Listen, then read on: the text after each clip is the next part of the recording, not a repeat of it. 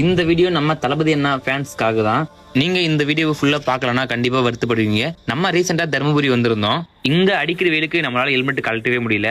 இப்ப வீடியோக்குள்ள போயிடலாமா? நம்ம அன்எக்ஸ்பெக்டடா ஒரு வீடியோ பார்த்தோம். அந்த வீட்டை பார்த்த உடனே எனக்கு புல்லரிச்சு போச்சுங்க.